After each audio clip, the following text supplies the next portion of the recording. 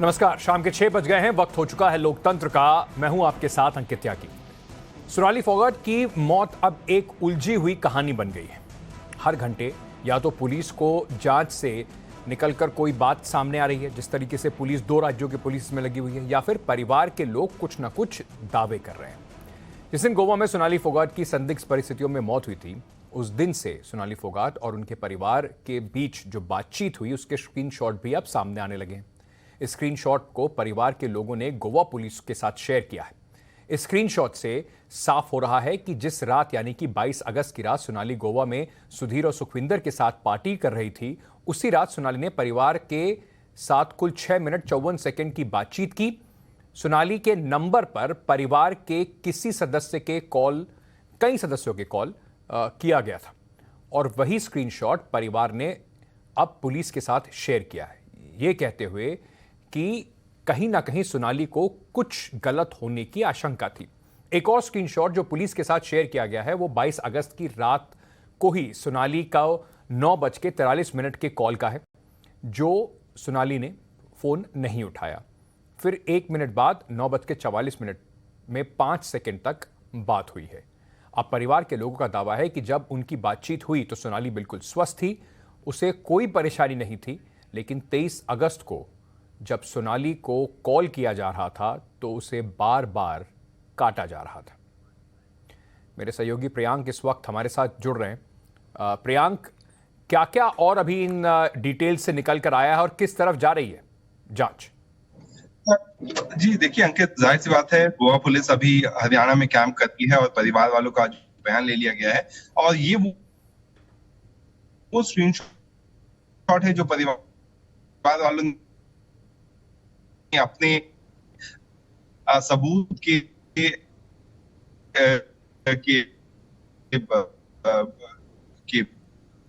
मुझे लगता है प्रियांक अभी कहीं रास्ते में है, इस वजह से उनके ऑडियो में परेशानी आ रही है। उसे कोशिश करते हैं ठीक करके प्रियांक से दोबारा बात करने की। लेकिन मौत से पहले सोनाली और परिवार की जो बातें हुई वो 22 अगस्त को जिस तरीके से ये अब चीजें सामने आ रही हैं, परिवार सामने रख रहा है, उसमें अब कई नए मोड़ सामने आ रहे हैं। सोनाली फोगाट की मौत कैसे हुई, ये सवाल एक नहीं 2 राज्यों की पुलिस अब इसकी खोज रही है। इस बीच परिवार के लोग लगातार सुधीर सांगवान और उसके सहयोगी पर आरोप लगा रहे हैं। यह भी कहा जा रहा है कि सुधीर सांगवान जब फार्म हाउस को लीज पर लेना चाहता था तो सोनाली के नाम पर वो लीज पे लिया हुआ फार्म हाउस है और उसकी कीमत करीब 40 करोड़ रुपए है। दूसरी तरफ सोनाली के पड़ोसी का आरोप है कि सुधीर उसे ना तो किसी से बात करने देता था और ना ही वो खुद लोगों से ठीक से बात खुद भी नहीं करता था। एक रिपोर्ट देखिए। मेरा दिल है तेरी पनाहों में, आ छुपा लूं तुझे मैं बाहों में। सुधीर सांगवान का व्यवहार सही नहीं था जी। वो दबंगाई किस्म का था और लड़ता रहता था सबसे। सुधीर ने सोनाली का किडनैप कर लिया था। हम फिर हमारे को जब पता चला कि ये लड़ाकू टाइप है, हम फिर बोलते भी नहीं थे मुझसे। प्रोफाइल तो उसने क्या यहाँ तो कभी किसी को बताया ही नहीं। खैर वो मैडम के साथ ही आता था और मैडम के साथ ही चला जाता था। फिर सोनाली के पीछे साए की तरह क्यों रहता था सुधीर? ये तो सरासर साजिश हुई है जी। मैडम तो अपने शरीर का बिल्कुल A to Z ध्यान रखती थी, हम भी नहीं ध्यान रखते जितना वो अपने केयर करती थी। 40 करोड़ के फार्म हाउस के लिए सोनाली का मर्डर। वही निकलेगा जी, करता रहता। बाकी इसके ऊपर क्या दबाव है वो पुलिस जांच करके वो भेद पता करे, या तो सीबीआई जांच हो इसकी, तभी दूध का दूध और पानी का पानी होगा। मैडम की तो सरासर हत्या की गई है और मैडम के साथ गलत हुआ है और मैडम को इंसाफ मिलना भी चाहिए।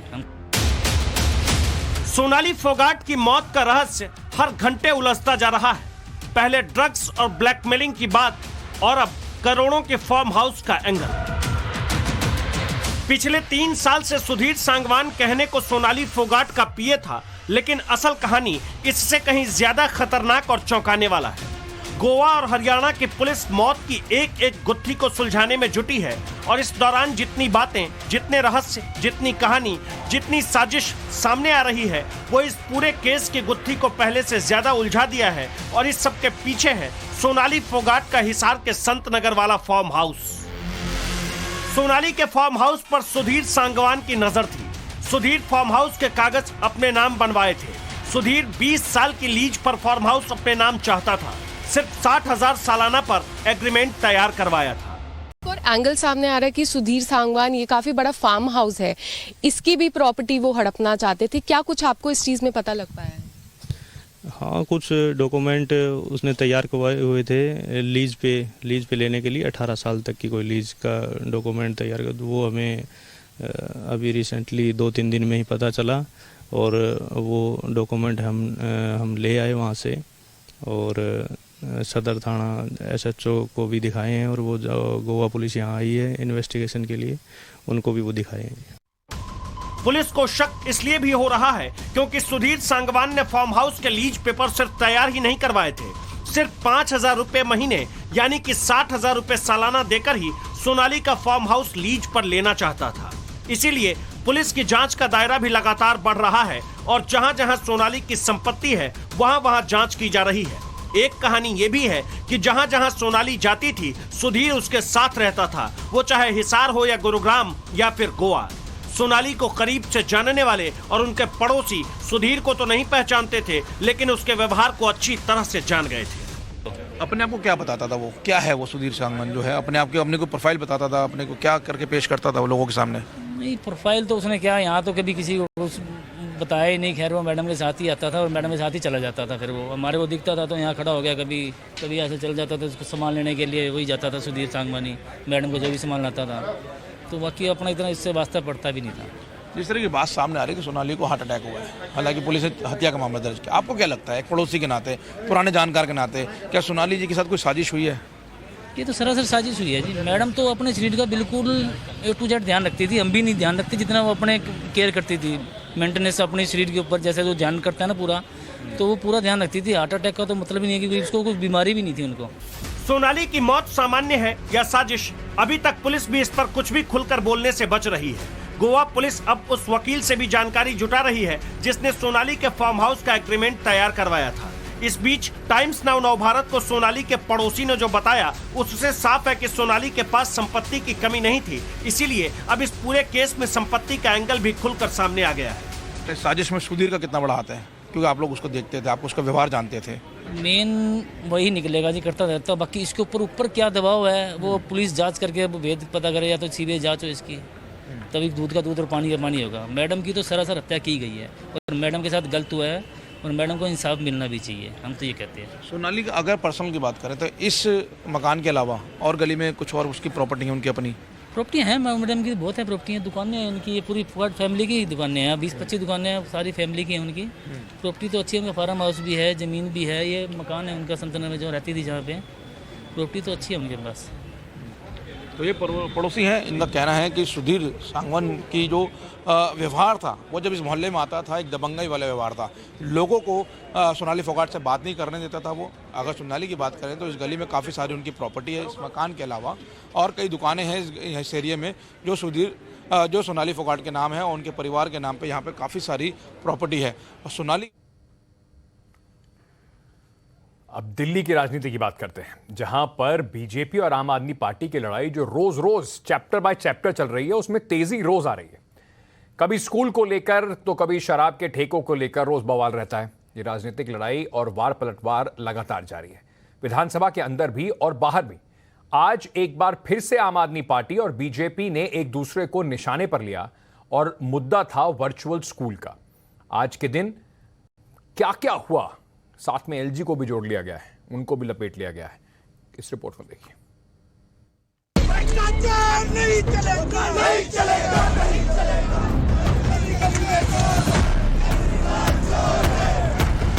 चंद हफ्तों के अंदर किस प्रकार से कट्टर भ्रष्टाचारी बन गए, इसका अगर जीता जागता उदाहरण मानव इतिहास में देखना है तो वो अरविंद केजरीवाल जी की आम आदमी पार्टी है। कट्टर ईमानदार पार्टी जनता के पैसे को स्कूल और अस्पताल बनाने में खर्च करती है और कट्टर बेईमान पार्टी जनता के टैक्स के पैसे से एमएलए खरीदती है। ED, income tax, Delhi police, जो भी एजेंसीज हैं, सारी एजेंसीज की जांच कराओ। वेलकम। इस प्रकार से अरविंद केजरीवाल और आम आदमी पार्टी की नौटंकी चल रही है वो पूरा हिंदुस्तान देख रहा है। दिल्ली में किसी न किसी बहाने बीजेपी और अरविंद केजरीवाल की आम आदमी पार्टी की लड़ाई कम होने के बजाय तो बढ़ती ही जा रही है। कभी रेड, कभी शराब का मुद्दा, कभी स्कूल तो कभी कानून व्यवस्था। अब नई लड़ाई शुरू हुई है वर्चुअल स्कूल को लेकर। स्कूल का नाम है Delhi model virtual school, DMVS, Delhi model virtual school की आज से शुरुआत की जा रही है। अरविंद केजरीवाल का ये ऐलान दिल्ली में केजरीवाल सरकार और केंद्र की राजनीतिक लड़ाई का सबसे नया कारण है। दिल्ली में स्कूल विवाद तो पहले से ही जारी है और अब बिल्कुल नया है वर्चुअल स्कूल। जैसे ही दिल्ली सरकार ने इसकी जानकारी सार्वजनिक की, केंद्र की सरकार ने पलटवार किया, कहा कि ये व्यवस्था तो पहले से ही देश में चल रही है। हमने प्रारंभ किया था और वर्चुअल ओपन स्कूल भी NIOS का ही इनिशिएटिव था। देश को हमारे शिक्षा मंत्री जी ने समर्पित किया था, हमारे विद्यार्थियों को समर्पित किया था। तो ये एक हमारा पूरा ताना बाना है जो 7000 से अधिक स्टडी सेंटर और राष्ट्रीय स्तर पे हम जो 2 बोर्ड में से एक बोर्ड हैं, हमारा राष्ट्रीय स्तर पे उनसे जुड़े हुए हैं और बड़े ही सफलतापूर्वक ये कोर्स चल रहा है। केजरीवाल का दावा है कि ये देश का पहला वर्चुअल स्कूल है, जबकि केंद्र सरकार कह रही है कि अगस्त 2021 में ही पहला स्कूल आया। केजरीवाल का दावा है कि 9वीं से 12वीं के लिए ये वर्चुअल स्कूल है, जबकि केंद्र सरकार कह रही है कि 2021 से ही NIOS की वर्चुअल क्लास चल रही है। केजरीवाल सभी राज्यों के छात्रों के लिए ये वर्चुअल स्कूल बताते हैं, तो केंद्र सरकार की ओर से कहा गया कि 7000 से अधिक वर्चुअल क्लास सेंटर है। केजरीवाल का दावा है कि सभी छात्रों की शिक्षा पूरी तरह फ्री होगी, तो केंद्र सरकार की ओर से कहा गया कि वर्चुअल स्कूलों को NIOS से मान्यता है। इस देश के गरीबों को अच्छी शिक्षा मिलेगी और तुमसे आंखों में आंखें मिला के तुम्हारा सामना करेंगे गरीबों के बच्चे।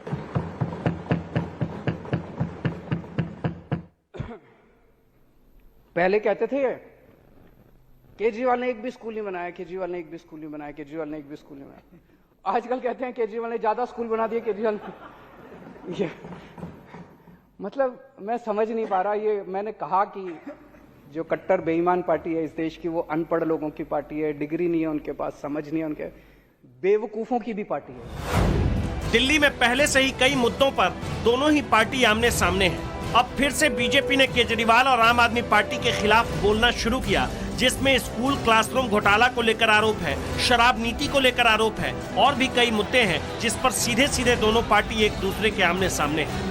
शराब घोटाले की तो जांच करा ली इन्होंने, CBI ने सारी जांच कर ली, CBI को कुछ भी नहीं मिला। हमने कब मुद्दा भटकाया? मुद्दा खत्म होने के बाद अब हमने कहा भाई अब ऑपरेशन लोटस की भी जांच करा लो। CBI ने सारी जांच कर ली, शराब घोटाला खत्म हो चुका है। शराब घोटाले में कुछ नहीं मिला CBI को। अगर शराब घोटाले में कुछ मिलता तो इनके घर में कुछ करोड़, 2 करोड़, 3 करोड़ तो मिलता, कुछ पैसे मिलते, कुछ प्रॉपर्टी के कागज मिलते, कुछ ज्वेलरी मिलते, कुछ भी नहीं था। फक्कड़ आदमी है, कंगाल आदमी है ये। अगर सही मायने में कहा जाए तो ये अरविंद केजरीवाल जी की आम आदमी पार्टी का जो ड्रामा चल रहा है, this is nothing but operation theatrics, operation drama. और याद करिए, हर बड़े भ्रष्टाचारी नेता के गिरफ्तारी से पहले इसी प्रकार का ऑपरेशन ड्रामा चलता है। इस राजनीतिक लड़ाई में मुद्दे कई हैं। पिछले दिनों हुई छापेमारी को लेकर केजरीवाल अपनी पार्टी और पार्टी के नेताओं को क्लीन चिट दे रहे हैं, तो बीजेपी अभी भी इस बात पर अड़ी है कि कुछ न कुछ गड़बड़ तो है। इन सारे मुद्दों पर केजरीवाल विधानसभा में भी बोले और विधानसभा के बाहर भी, फिर बीजेपी ने भी जवाब दिया। कट्टर ईमानदार पार्टी शरीफों की पार्टी है, पढ़े लिखों की पार्टी है, और ये कट्टर बेईमान पार्टी 24 घंटे गुंडागर्दी करते हैं, लफंगई करते हैं और मारते हैं, पीटते हैं, महिलाओं को बुरी बुरी गालियां देते हैं। आज इस देश को केवल उम्मीद कट्टर ईमानदार पार्टी से है। ये सारी बातें अरविंद केजरीवाल जी जाके कोर्ट में कहें कि हम कितने कट्टर ईमानदार हैं, ये ईडी और CBI वाले नाहक ही रेड कर रहे हैं, उसके बावजूद उन्हें बेल नहीं मिल रहा है। This speaks volumes. ये बहुत कुछ कहता है कि सत्येंद्र जैन को बेल नहीं मिल रहा है। जितेंद्र तोमर इनके कानून के मंत्री थे। आज डिग्री के विषय में किसकी डिग्री फर्जी है, किसके डिग्री अच्छे हैं, कौन बहुत पढ़े लिखे हैं और कौन अनपढ़ हैं, इसके विषय में अरविंद केजरीवाल जी भाषण कर रहे थे। जब जितेंद्र तोमर जी गिरफ्तार होने वाले थे, उनके डिग्री को लेकर संशय चल रहा था, तो इसी प्रकार से भाषण सदन में खड़े होकर अरविंद केजरीवाल जी ने कहा था कि पूरे विश्व में सबसे अधिक कोई पढ़ा लिखा है तो वो जितेंद्र तोमर है। विधानसभा में एक तरफ केजरीवाल बीजेपी को घेरने की कोशिश कर रहे थे, दूसरी तरफ केजरीवाल के खिलाफ बीजेपी ने प्रदर्शन भी किया।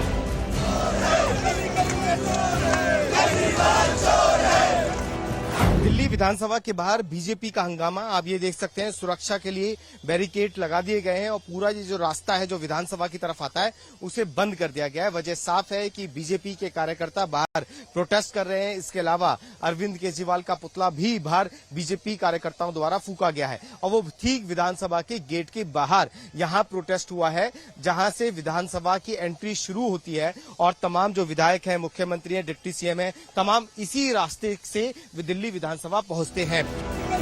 दिल्ली की ये राजनीतिक लड़ाई अभी थमने वाली नहीं है, क्योंकि शराब नीति और स्कूल के मुद्दे पर केजरीवाल खुद को पाक साफ बता रहे हैं, जबकि बीजेपी इस बात पर बार बार जोर दे रही है कि दाल में कुछ न कुछ काला तो है।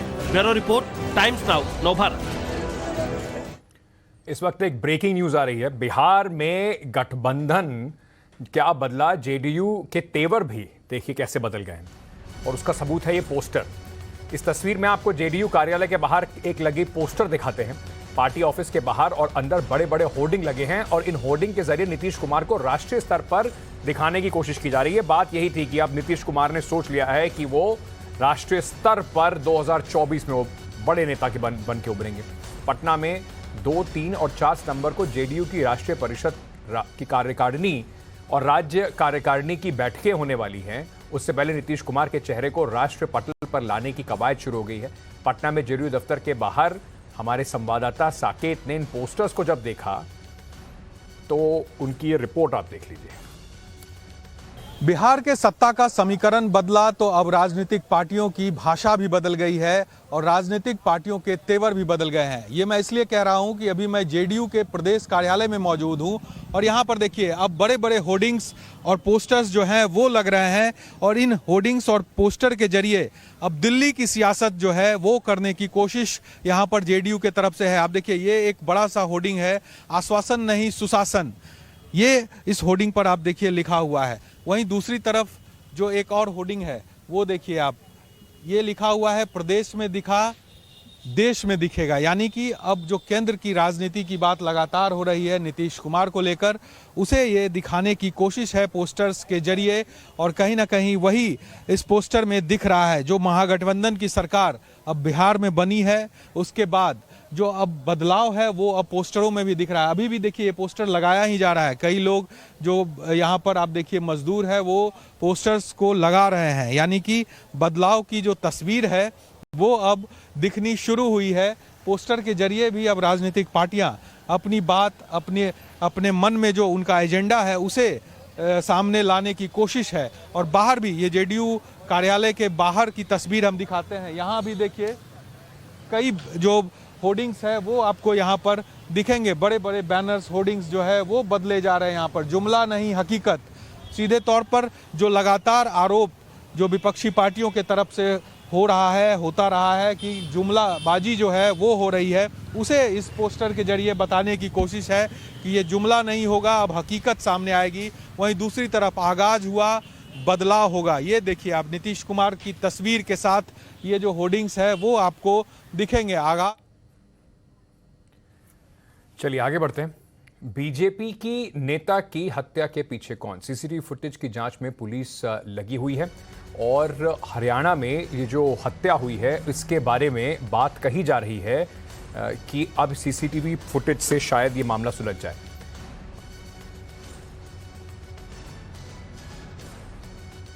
मेरे सहयोगी प्रियांक इस वक्त फोन लाइन पर हमारे साथ जुड़ रहे हैं, सीधे उनके पास चलते हैं। प्रियांक, क्या जानकारी है इसमें? जी देखिए, सीसीटीवी में साफ तौर से दिख रहा है कि ये 4 आरोपी हैं, चारों के हाथों में हथियार है और जैसे ही ये विक्टिम यहाँ पे रेमंड की शॉप में एंटर करते हैं, सन्नी ताबड़तोड़ उन पे गोलियों की बौछार कर दी जाती है और सीसीटीवी फुटेज में साफ तौर से दिख रहा है कि ये चारों हमलावर वहां से मौके से आसानी से भागने में कामयाब हो गए। सबसे ज्यादा चौंकाने वाला मामला ये है कि इसी चौराहे पे 24 घंटे पुलिस की व्यवस्था रहती है। अभी भी हम यहाँ पे खड़े हैं, हम देख सकते हैं यहाँ पे गुड़गांव पुलिस के जवान यहाँ पे खड़े हैं और ट्रैफिक पुलिस की चेकिंग हो रही है। तो बजाय इन अपराधियों को रोकने की कोई भी कोशिश नहीं की गई और जिसके कारण हमलावर वहां से मौके से भागने में कामयाब हो गए। फिलहाल गुड़गांव पुलिस के लिए भी बड़ी चुनौती है क्योंकि बीजेपी की नेता की हत्या हुई है यहाँ पे और जिस तरीके से इतनी भीड़ भाड़ वाले इलाके से ये आरोपी आसानी से भागने में कामयाब हो गए, जाहिर सी बात है पुलिस की कानून व्यवस्था पे काफी ज्यादा बड़ा सवाल उठा। बहुत बहुत शुक्रिया प्रियांक हमारे साथ जुड़ने के लिए और ये जानकारी हमें देने के लिए। सीसीटीवी फुटेज के सहारे पुलिस कोशिश कर रही है कि किसी ना किसी तरीके से इन अपराधियों को पकड़ा जाए जिन्होंने यहाँ पर सरेआम ये हत्या जो है ये इसको अंजाम दिया। चलिए आगे बढ़ते हैं। अब बात करते हैं सीतापुर के उस शख्स की जो 5वीं बार शादी करना चाहता था, लेकिन उसके बच्चों और उसकी पत्नी ने जो हंगामा किया, उस व्यक्ति की सारी कहानी खोल के रख दी। इस रिपोर्ट में देखिए।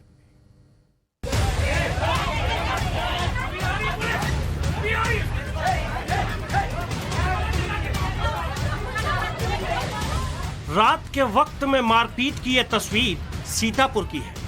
वैसे तो शादी निकाह किसी भी शख्स के जीवन में खुशी लेकर आती है, लेकिन सीतापुर के शफी अहमद को 5वीं शादी महंगी पड़ गई और बवाल की बत्ती जलाई शफी अहमद की दूसरी बीवी और बच्चों ने। शफी भाई पहले से ही 4 शादी कर चुके थे। 5वीं की पूरी तैयारी थी, सब इकट्ठे हो चुके थे, दूल्हा दुल्हन भी रेडी थे, काजी भी पहुंच चुके थे। कहते हैं कि मियां बीवी राजी तो क्या करेगा काजी। बात भी बिल्कुल सही है, लेकिन 7 बच्चों ने शफी भाई की राहों में मुसीबतें खड़ी कर दी। 5वीं बेगम की जान बनने से पहले शफी भाई के बच्चे ही उनकी जान पर भारी पड़ने लगे। मेरे पापा 5 महीने से 5-6 महीने से खर्चा पानी नहीं दे रहे थे। हम भाई बहनों को, हम अपने घर में सबसे बड़े हैं, उल्टा जो झूठे झूठे इल्जाम लगाया करते थे जब तक। यह हंगामा करीब 1 घंटे तक चला। अंधेरा सिर्फ शफी भाई के सपनों पर ही नहीं छाया, जहां शादी होनी थी वहां भी सब अंधेरे में बदल गया। चलते हाथ, लात और घूंसों के बीच अचानक बत्ती गुल हो गई। किसी ने मोबाइल का टॉर्च जला दिया ताकि मारपीट में अपने और दूसरों की पहचान हो सके। हमें पता चला कि वो निकाह कर रहे हैं किसी और औरत से। ये मेरे बाप का 5वां निकाह था। तो हमारे सुनने में आया कि वो जो घर वाले हैं औरत के, वो जो है मेरे बाप से जायदाद प्रॉपर्टी अपनी लड़की के नाम करवा रहे हैं। तो जब हमें ये बात पता चली तो हम लोग जो है आए थे उनसे बात करने के लिए। तो जैसे हम उनके घर में एंटर हुए, बस हमने उनसे पूछा था, अपना बस इंट्रो दिया, बताया कि हम कौन है, बस उन्होंने मारना शुरू कर दिया। शफी अहमद की कहानी बड़ी अजीब कहानी है। पहली शादी की तो पत्नी से बात ही नहीं बनी, अलग हो गए। दूसरी शादी करके घर बस आए तो 7 बच्चों के पिता बन गए, लेकिन 6 महीने से घर में सब ठीक नहीं चल रहा था। दूसरी पत्नी को भी तलाक दे दिया और चुपके से इसी 6 महीने में 2 शादी कर ली। फिर मुसीबत तब सामने आई जब शफी भाई ने 5वीं बार शादी की हिम्मत की। बस फिर क्या था, हंगामा खड़ा हो गया, बात पुलिस तक पहुंच गई। अब उम्मीद है पुलिस 5वीं शादी करने से चूक गए शफी अहमद की दूसरी पत्नी से समझौता कराएगी, ताकि न शफी अहमद को आगे परेशानी हो और न ही उनके बच्चे नाराज हो। Bureau report, times now, Navbharat. Taiwan चीन में टेंशन के बीच एक बड़ी खबर सामने आई। बीते 1 महीने में जारी युद्ध के खतरे के बीच ताइवान ने पहली बार चीन के जासूसी ड्रोन को मार गिराया। ताइवान के इस पलटवार से चीन काफी बौखलाया हुआ है और उसने अब सीधी जंग की चेतावनी दे दी है। इस रिपोर्ट में देखिए।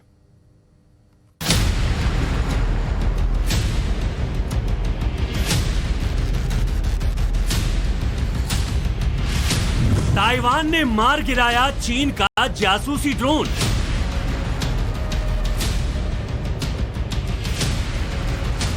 चाइनीज आर्मी बौखलाई, पूरी दुनिया में टेंशन हाई।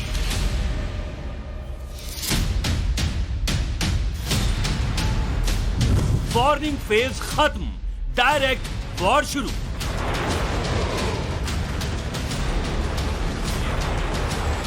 ताइवान पर बीते 73 साल से गिद्ध की तरह नजरें जमाए चीन ने क्या वाकई वॉर सायरन बजा दिया है?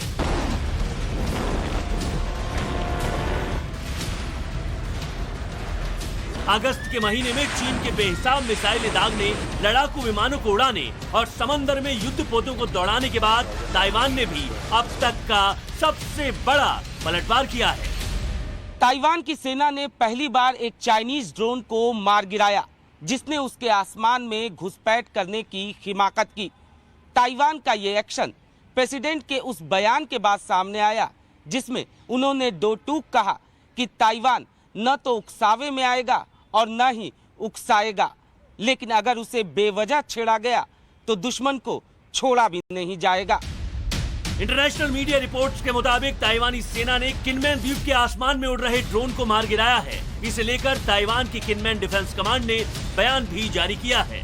ताइवानी आर्मी के मुताबिक गुरुवार की दोपहर के वक्त उसके एयर स्पेस में ड्रोन ने घुसपैठ की, जिसे देखते ही सेना ने ड्रोन को वापस जाने की चेतावनी दी, लेकिन वार्निंग का कोई असर नहीं हुआ तो बिना वक्त गंवाए ड्रोन को ढेर कर दिया गया, जो पल भर में समंदर में समा गया।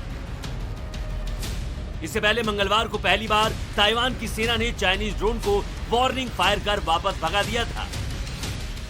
中共的无人机它进入我的空域时，那么我们除了严密的来监控、掌握它的动态之外，并且会提升防空飞弹的警戒姿态，来遂行追踪的监视。但是若驱离无效的时候，我们判其对我造成威胁时，我们将按照程序来实施接战的航击，并且依例来遂行自卫权反击。谢谢。 चीन की मिसाइलें तो फिलहाल खामोश हैं, लेकिन उसकी घुसपैठ वाली दादागिरी अब भी जारी है। चाइनीज आर्मी ने पहले ताइवान स्टेट के ऊपर फाइटर जेट्स उड़ाए और अब वो ड्रोन के जरिए ताइवानी आर्मी के जमावड़े की जासूसी में जुटी है। We will maintain seamless surveillance of PRC activities and adopt the stance of the closer to the island, the stronger the countermeasures to respond to PRC intrusion and attempt. Taiwan ने चीन के drone को मार गिराया तो उसकी बौखलाहट और बढ़ गई है। चीन के सरकारी अखबार ग्लोबल टाइम्स के पूर्व संपादक हु शिजिन ने ट्विटर पर लिखा है, जिस ड्रोन को कथित तौर पर मार गिराया गया वो निश्चित रूप से पीएलए का नहीं है, बल्कि मेनलैंड सिविलियन ड्रोन है, लेकिन इसे नीचे गिराए जाने से जलडमरू मध्य की स्थिति इस स्तर तक बढ़ जाएगी कि मुद्दों को हल करने के लिए खुलेआम फायर का इस्तेमाल किया जाएगा। इसका खामियाजा ताइवान को भुगतना पड़ेगा। लेकिन चीन की इस धमकी का भी ताइवान की सेना ने करारा जवाब दिया है। 罗斯福总统曾经说过，一处和平被毁坏，那么各国的和平都会拉警报。面对共军的威胁，国军备战不求战，应战不避战，沉着冷静的应对，并且会依照守中线、守领海、守主权的原则，守护国家跟国防安全。我们也愿意把这种理念传达给所有的民主同盟，来共同维护我们的区域安全。 चीन बीते एक महीने से तिलमिलाया हुआ है। वजह है अमेरिकी संसद के निचले सदन की स्पीकर नैन्सी पेलोसी की ताइवान यात्रा। पेलोसी के दौरे से चीन इतना बौखलाया कि उसने युद्ध अभ्यास शुरू कर दिया। ताइवान के समंदर में बेहिसाब मिसाइलें दागी।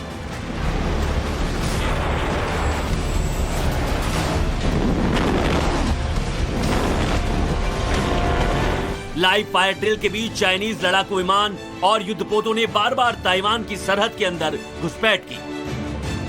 चीन चिढ़े तो चिढ़े, अमेरिका चीन को चिढ़ाने में कोई कसर नहीं छोड़ रहा है। नैन्सी पेलोसी के बाद अमेरिका के कई नेताओं का ताइवान का दौरा नॉनस्टॉप जारी है। ऐसा तब हो रहा है जब ताइवान और अमेरिका के बीच में डायरेक्ट डिप्लोमेटिक संबंध नहीं है। अमेरिका वन चाइना पॉलिसी को भी नहीं मानता है। लगातार अमेरिका के नेताओं का ताइवान में दौरा जारी है, जिसकी वजह से चीन की क्योरियां चढ़ी हुई है। अमेरिका से हथियारों की सप्लाई और अमेरिकी नेताओं की ताइपे यात्रा जारी है। इस सिलसिले में अब अमेरिका के एरिजोना के रिपब्लिकन गवर्नर डग डुके ताइवान पहुंचे हैं। Both Arizona and Taiwan are global semiconductor leaders, and it is in this industry where our partnership is the greatest. Of Arizona's commitment to the growing relationship with Taiwan, last month I was proud to sign legislation establishing our state's first foreign trade office in Taiwan. Arizona का Taiwan से रिश्ता इसलिए भी बेहद अहम है क्योंकि ताइवानी F-16 लड़ाकू विमानों के पायलट एरिज़ोना के ल्यूक एयरफोर्स बेस पर ही ट्रेनिंग लेते हैं। चीन से तनातनी के बीच अभी हाल ही में ताइवान के F-16 फाइटर जेट्स की तस्वीरें सामने आई थी। ताइवान एयरफोर्स ने इसी लड़ाकू विमान से चीन के घुसपैठ के फाइटर जेट्स को खदेड़ दिया था। 面对威权主义扩张以及后疫情时代的经济挑战，我们期待和美国携手强化半导体及高科技领域的合作，打造更安全、更具有韧性的供应链，共同产制民主晶片，维护所有的民主盟友的利益，并创造更大的繁荣。 चीन अमेरिका को ताइवान से जितना दूर रहने की नसीहत दे रहा है, अमेरिका से दूर रहने के लिए चीन ताइवान को जितना डरा रहा है, उतना ही ताइवान और अमेरिका करीब आते जा रहे हैं। आलम यह है कि 30 अगस्त को अमेरिका के एरिज़ोना के गवर्नर डग डुके ताइवान पहुंचे, तो 25 अगस्त को अमेरिकी सीनेटर मार्शा ब्लैकबर्न ने ताइपे की यात्रा की। 21 अगस्त को अमेरिका के इंडियाना स्टेट के गवर्नर एरिक हॉलकॉम्ब 4 दिन की ताइवान यात्रा पर पहुंचे थे। तो 14 अगस्त को सीनेटर एड मार्की की अगुवाई में अमेरिकी सांसदों की एक टीम भी ताइपे पहुंची थी। और सबसे पहले 2 अगस्त को हाउस ऑफ रिप्रेजेंटेटिव की स्पीकर नैन्सी पेलोसी ने ताइवान का दौरा किया।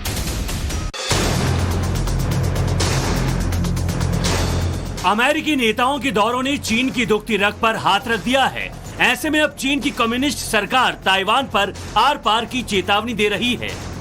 美国个别政客靠窜台捞金，向台湾当局狮子大开口，这副嘴脸早已人尽皆知。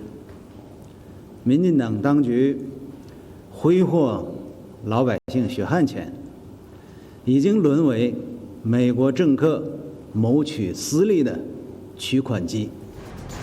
चीन ने ताइवान को अपना एक प्रांत करार देते हुए एक बार फिर उसे वार्न किया है कि अमेरिका की मदद के बावजूद उसकी आजादी का सपना कभी पूरा नहीं हो पाएगा।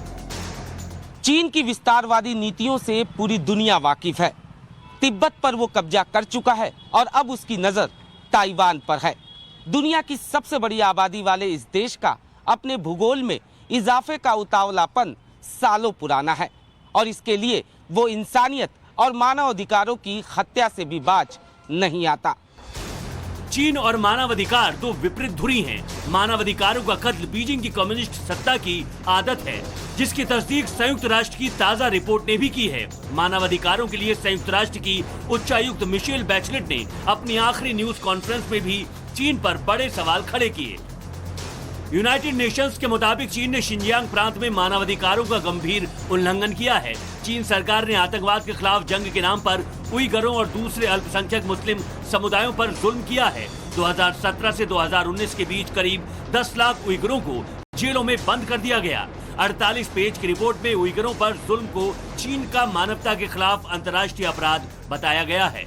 चीन ने पहले तो इस रिपोर्ट को सामने नहीं आने देने की पूरी कोशिश की, लेकिन जब रिपोर्ट सामने आई तो चीन ने 131 पेज का जवाब दिया। चीन ने इस रिपोर्ट को अमेरिका और पश्चिमी देशों की बदनाम करने वाली साजिश करार दिया है। 同報告書が公表されたことを評価をいたします。新疆ウイグル自治区に関しては、重大な人権侵害が行われているとの報告がこれまでも数多く出されています。我が国は新疆ウイグル自治区等の人権状況について深刻に懸念しており、国際社会における普遍的価値である自由、基本的人権の尊重、法の支配が中国においても保障されることが重要であると考えています。 इस रिपोर्ट पर जापान का रिएक्शन यूं ही नहीं आया है। चीन से उसकी अदावत भी बहुत पुरानी है। अभी हाल ही में अमेरिकी स्पीकर नैन्सी पेलोसी की ताइवान यात्रा के बाद जब चीन ने मिसाइलें दागी तो उनमें से कुछ जापान की सरहद में भी जा गिरी। इतना ही नहीं, जापान के लाख मना करने के बावजूद चीन रूस के साथ जापान सागर में नौसैनिक अभ्यास करने जा रहा है। रूस में 1 से 7 सितंबर तक वोस्तोक 2022 के नाम से मिलिट्री ड्रिल हो रही है। जिसमें सोवियत संघ में शामिल रहे कई देशों के अलावा चीन, भारत, लाओस, मंगोलिया, निकारागुआ और सीरिया भी हिस्सा ले रही हैं। हालांकि जापान के ऐतराज पर भारत ने जापान सागर में होने वाली नेवल एक्सरसाइज से किनारा कर लिया है। लेकिन चीन और रूस इस समंदर में ड्रिल के जरिए जापान और अमेरिका को मैसेज देने की कोशिश कर रहे हैं। ऐसे में अमेरिका ने भी चीन रूस की वॉर एक्सरसाइज पर सख्त प्रतिक्रिया दी है। The United States has concerns about any country exercising with Russia while Russia wages a unprovoked brutal war against Ukraine. But of course, every participating country will make its own decision.